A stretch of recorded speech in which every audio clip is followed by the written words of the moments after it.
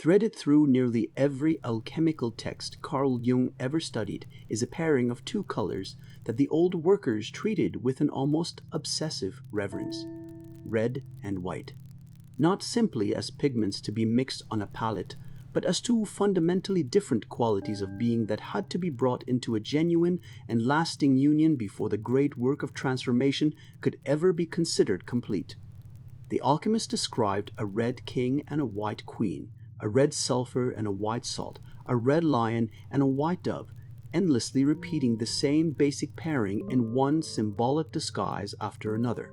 Whatever names they gave these two qualities, the underlying message never changed. Something fiery, active, and forceful had to meet something cool, receptive, and steady, and only their genuine union could produce the treasure the alchemists spent their lives pursuing. Jung came to see this pairing as one of the clearest and most consistent pictures the old alchemists ever produced of a fundamental division that exists inside every human personality.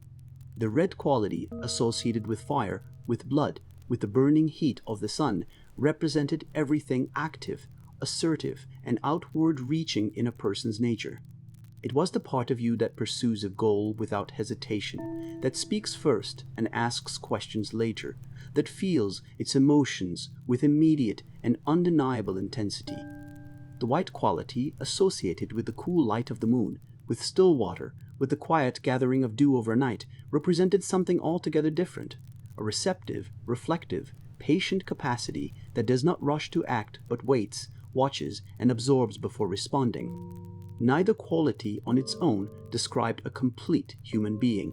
Each was only half of something larger, and the alchemists insisted that the entire purpose of their work was to bring these two halves together into a genuine and lasting marriage. This division shows up everywhere once you start looking for it, and it rarely divides neatly along the lines people expect. It is not simply a difference between men and women, though the old alchemists frequently used masculine and feminine imagery to describe it.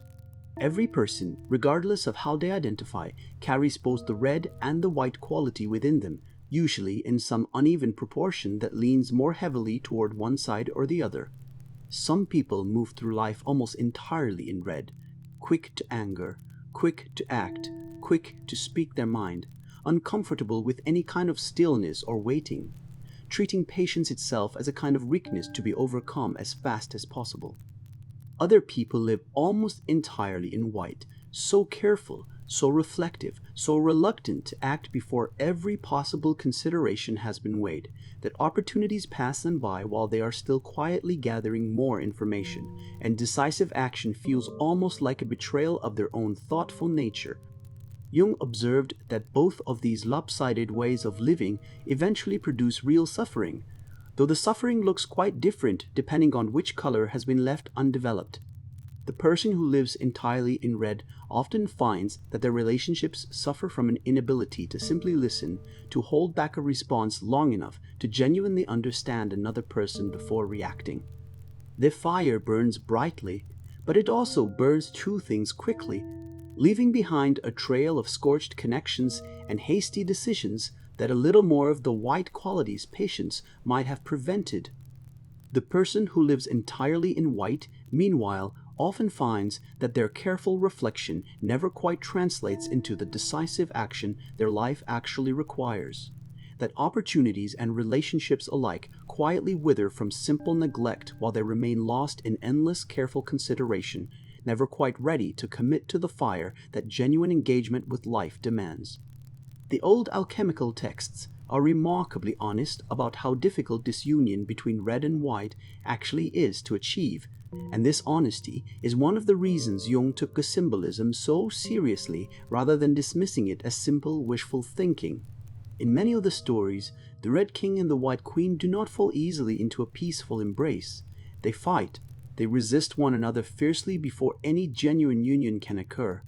Sometimes the texts describe the meeting of red and white as a kind of violent collision rather than a gentle courtship, as though the two qualities genuinely cannot stand to be near one another at first, each one instinctively distrusting what the other represents. The fiery, active red quality distrusts the patient stillness of white, suspecting it of being nothing more than avoidance dressed up as wisdom. The receptive, reflective white quality distrusts the impulsive heat of red, suspecting it of being nothing more than recklessness dressed up as courage. Both suspicions, Jung noted, often contain at least a grain of real truth, which is exactly why the union between them cannot happen quickly or without real friction. What finally allows the union to take place, according to the old texts, is neither quality winning a total victory over the other. The point was never for red to defeat white or for white to tame red into permanent submission. The point was a genuine marriage in which each quality retained its own essential character while learning to work in true partnership with its opposite.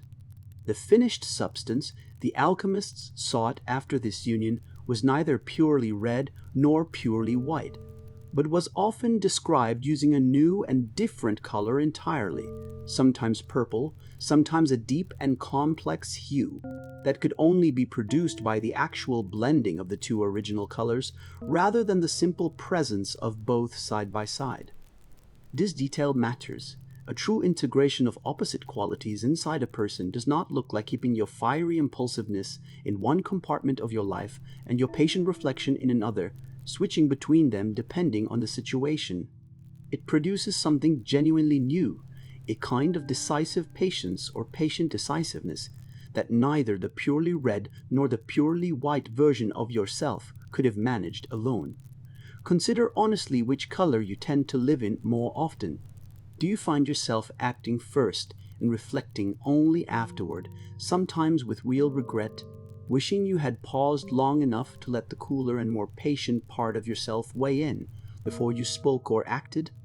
Or do you find yourself endlessly weighing and reconsidering, so committed to careful reflection that decisive action feels dangerous, watching chances pass by while you remain lost in thought? Neither pattern makes you a lesser person.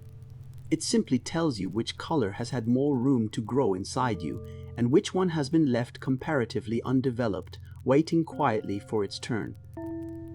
The good news buried inside this old symbolism is that the undeveloped color is never actually absent. The alchemists never suggested that a purely red person had to somehow manufacture a white quality from nothing, or that a purely white person had to invent a red quality they simply did not possess.